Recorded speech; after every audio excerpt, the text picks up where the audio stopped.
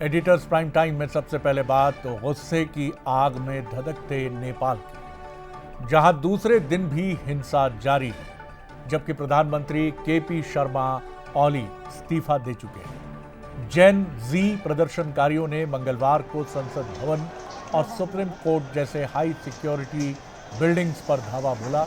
यहां तक कि सत्ता में बैठे नेताओं को भी नहीं बख्शा। पूर्व प्रधानमंत्री शेर बहादुर देउबा और डिप्टी पीएम विष्णु प्रसाद पौडेल के साथ मारपीट हुई। खबर यह भी है कि प्रदर्शनकारियों ने पूर्व प्रधानमंत्री के घर को आग लगा दी, जिसमें उनकी पत्नी की जलकर मौत हो गई। तो धधक रहा है नेपाल, और जेन जी, जिसके लिए कहा जाता है कि 1998 से 2012 के बीच जिनका जन्म हुआ है, ऐसे युवाओं का आंदोलन है नेपाल का ये आंदोलन, जिसने वहां तख्ता पलट कर दिया। ये 5 तस्वीरें आपकी स्क्रीन पर। देश छोड़कर जा रहे हैं नेता। कई जगह आगजनी, संसद भवन तक में आग लगा दी गई। ये आप देख रहे हैं कि नेताओं को दौड़ा दौड़ा कर पीटा गया। संसद भवन पर चढ़ गए। ये तस्वीरें देखिए, बाद में आग लगा दी गई। नारेबाजी और हल्ला बोल। तो सुलग उठा है नेपाल, जल रहा है नेपाल, और इसी के चलते प्रधानमंत्री केपी शर्मा ओली को आप देखिए किस तरह पिटाई हो रही है और किस तरह नेताओं को दौड़ा दौड़ा कर पीटा गया है। ये 5 तस्वीरों में नेपाल के इस संग्राम की कहानी हम आपको दिखाने की कोशिश कर रहे हैं।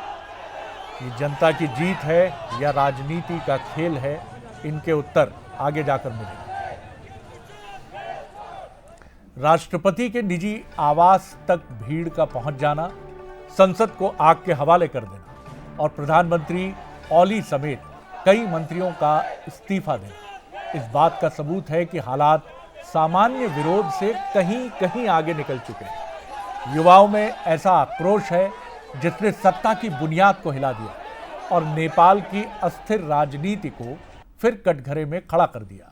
इस छोटे से देश ने महज 17 साल में 14 प्राइम मिनिस्टर्स को आते जाते देखा है, लेकिन इस बार जेन जी का विद्रोह कई सवाल लेकर आया। सबसे पहले तो आपको ये बताते हैं कि इस आंदोलन के पीछे वो कौन सा चेहरा है जिसकी अपील पर यह प्रदर्शन शुरू हुआ। तो समझने की कोशिश करते हैं कि आखिर इस आंदोलन के पीछे चेहरा कौन है। प्रमुख चेहरा है आंदोलन का सुदन गुरुङ, एक्टिविस्ट और हामी नेपाल संगठन के फाउंडर हैं, स्थापक हैं। 2015 भूकंप के बाद हामी ने इसकी स्थापना की थी, यानी इस संगठन की स्थापना की थी। उनकी एक आवाज पर सड़कों पर युवाओं का हुजूम उमड़ पड़ा। सोशल मीडिया के जरिए गुरुङ ने की थी अपील। 29 अगस्त को प्रदर्शन के लिए किया था युवाओं का आह्वान।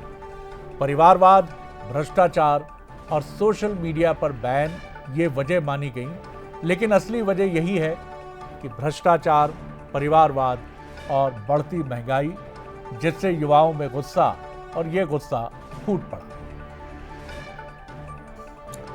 ओली सरकार के सत्ता से बाहर होने के बाद नेपाल की युवा पीढ़ी बालेन्द्र शाह को नेता बनाने की मांग कर रही है। तो ये भी जानना जरूरी है कि आखिर बालेन्द्र शाह कौन है। आपको बताने की कोशिश करते हैं।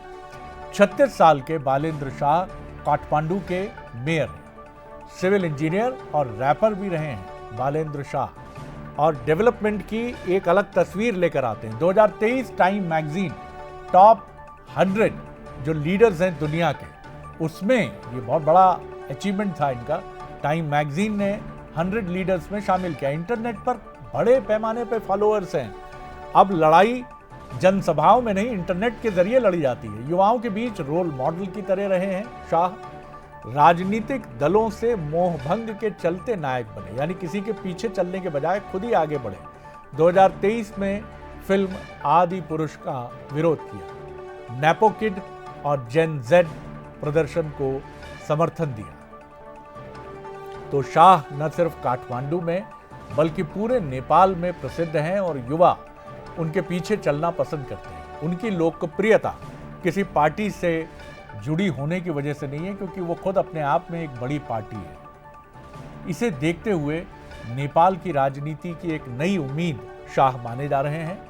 बालन शाह को पूर्व प्रधानमंत्री केपी शर्मा ओली का विरोधी माना जाता है। तो क्या 36 साल के बालेन 72 साल के ओली के बाद नेपाल की सत्ता संभालेंगे?